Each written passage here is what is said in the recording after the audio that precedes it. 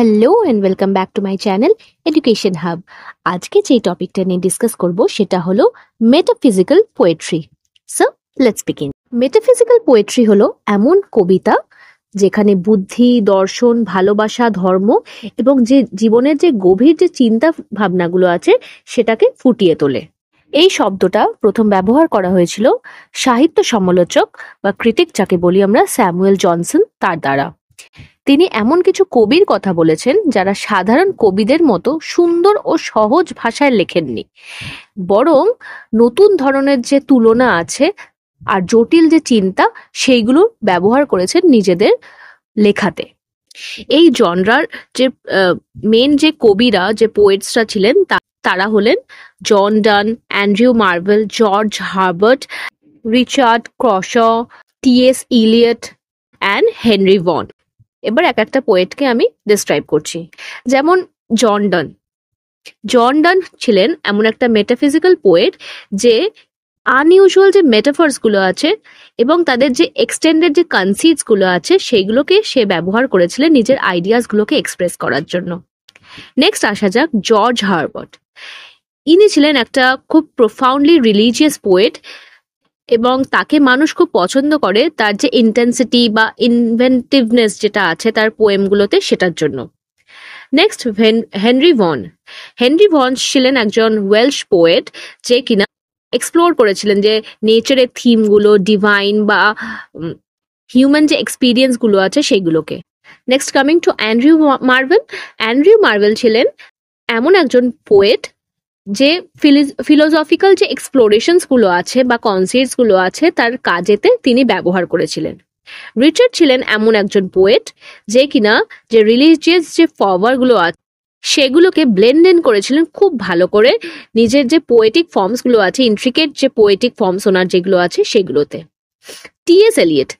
Elliot ছিলেন এমন একজন মডার্ন মেটাফিজিক্যাল পোয়েট যিনি কনসেপ্টস আর যে এক্সটেন্ডেড মেটাফার্স গুলো আছে সেটাকে একটা কংক্রিট রিয়ালিটিতে সেটার ফর্ম দিতে চেয়েছিলেন। মেটাফিজিক্যাল পোয়েট্রির যে ক্যারেক্টারিস্টিক্স হলো বেসিক্যালি সেগুলো হলো খুব কমপ্লেক্স আর ড্রামাটিক এক্সপ্রেশনস ইউজ করা হয়। অনেক ভ্যারাইটি থাকে লিটারেরি ডিভাইসেসের এই মেটাফিজিক্যাল পোয়েট্রিতে, যেমন প্যারাডক্স, ইমাজিনারি, তারপরে এক্সটেন্ডেড যে কনসেপ্টস গুলো থাকে সেটা।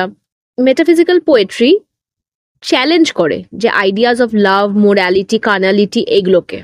আর একটা ইম্পর্টেন্ট ক্যারেক্টারিস্টিক যেটা মেটাফিজিক্যাল পোয়েট্রির আমরা জানতে পারি সেটা হলো এটা মিক্স করে আর লিঙ্ক করে দুটো আনলাইক থিংসকে, যাতে একটা এক্সটেন্ডেড মেটাফার বা অ্যানাকডোটস তৈরি করা যায়। আচ্ছা, কনসিট যে টার্মটা ইউজ করেছি, কনসিট মানে হলো অভিনব যে তুলনাগুলো হয় সেটা। এই ধরনের কবিতাগুলো মেটাফিজিক্যাল যে পোয়েট্রিজ গুলো আছে এইগুলো এই কবিতাগুলো বেসিক্যালি এমন সব তুলনা করা যায় যা আমরা সাধারণভাবে ভাবতে পারি না। যেমন ধরো জন ডানের একটা ফেমাস কবিতা আছে দ্য ফ্লি, সেখানে ভালোবাসাকে একটা মাছির কামড়ের সাথে তুলনা করা হয়েছে। এটা this false under the topic of conceit. তারপরে ইম্পর্টেন্ট যে একটা ফিচার হয় মেটাফিজিক্যাল পোয়েট্রি সেটা হলো ফিলোসফি বা দর্শন আর ধর্ম। এই কবিতাগুলোতে শুধুমাত্র প্রেম নয়, বরং ঈশ্বর, আত্মা, মৃত্যুর পরের জীবন এসব নিয়েও কিন্তু লেখা হয়েছে। এমন একটা কবিতার এক্সাম্পল হলো যেটা জন ডানের দ্বারা লেখা ডেথ বি নট প্রাউড, বা যেটাকে হোলি সনেট 10ও বলা হয়, এটা জন ডান দ্বারা লেখা। এখানে জন ডান মৃত্যুকে চ্যালেঞ্জ জানিয়েছিলেন। তিনি বলেন মৃত্যু আসলে শক্তিশালী নয়, বরং একটি ক্ষণস্থায়ী জিনিস। মানুষ মরলেও তার আত্মা অমর থাকে, আর মৃত্যু নিজেও একদিন মরে যাবে। অর্থাৎ মৃত্যুকে ভয় পাওয়ার কোনো কিছু কারণ নেই, কারণ মৃত্যুর পর আসল চিরস্থায়ী জীবন তখনই শুরু হয়। নেক্সট ইম্পর্টেন্ট ক্যারেক্টারিস্টিক্স হলো বুদ্ধি ও তর্ক। এই কবিতায় এমন কিছু লেখা হয় যা প্রথমে স্বাভাবিক মনে নাও হতে পারে, জানো তো, কিন্তু পরে তোমরা যদি ভাবো গভীর অর্থ কিন্তু বোঝা যায়। ফর এক্সাম্পল, এখানেও কিন্তু দ্য ফ্লি জন ডানের দ্বারা যে লেখা সেটাকে আমরা এক্সাম্পল হিসেবে লিখতে পারি, যেখানে তর্ক বা বুদ্ধি স্পষ্টভাবে দেখা যায়। এই কবিতায় কবি একটি সাধারণ মাছিকে কেন্দ্র করে প্রেমের যে বিষয়টাকে যুক্তি দিয়ে যে উপস্থাপনা করে সেটাকে তোমরা এখানে দেখতে পাবে। তিনি তার প্রেমিকাকে এখানে বোঝানোর চেষ্টা করেন যে যেহেতু মাছিটি তাদের উভয়েরই রক্ত একসঙ্গে মিশিয়ে ফেলেছে, তাই তাদের শারীরিক যে ঘনিষ্ঠতা তাতে কিন্তু কোনো পাপ নেই। তো এরকম টাইপের পোয়েট্রি, যেটা তোমরা প্রথমে ভাববে যে কি, কিছুই হয়তো লেখা নেই, মানে কি এমনই বা মানে দাঁড়ায়, তুমি পরে যদি এটাকে নিয়ে ভাবো তাহলে দেখবে একটা কিন্তু ডিপ মিনিং কিন্তু বেরিয়ে আসছে এরকম টাইপের পোয়েট্রি থেকে। এইগুলোই বেসিক্যালি হলো metaphysical poetry. Next important characteristics হলো, এই মেটাফিজিক্যাল যে পোয়েট্রিজ গুলো হয় সেগুলো খুব সহজ কথার মতো ভাষা হয়। মানে মানে কখনো কখনো দেখবে কিছু কিছু পোয়েমস থাকে যেগুলো খুব hard language, hard terms use করা হয়, বাট অনেক কবিতায় কঠিন ভাষা থাকলেও মেটাফিজিক্যাল যে কবিতাগুলো অনেক সময় এখানে কথোপকথনের মতো তোমার মনে হবে। নেক্সট হলো, এই মেটাফিজিক্যাল যে পোয়েট্রিগুলো, এটার কোনো নির্দিষ্ট ছন্দ থাকে না। অনেক কবিতায় নির্দিষ্ট ছন্দ বা গঠন থাকে দেখবে, কিন্তু মেটাফিজিক্যাল কবিতায় এই নিয়ম মেনে কিন্তু চলে না, বরং স্বাভাবিক ভাবনার মতো লেখা হয়েছে। আচ্ছা, এবার আরেকটা জিনিস, মেটাফিজিক্যাল যে কবিতার, তার মধ্যে সব থেকে যে জনপ্রিয় কবি, ফেমাস কবি যিনি ছিলেন, তিনি ছিলেন কিন্তু জন ডান। কারণ তার কবিতায় প্রেম ও ধর্ম এই দুটো জিনিসকেই কিন্তু, মানে লাভ আর রিলিজিয়ন দুটোকে কিন্তু একসাথে দেখা যায়।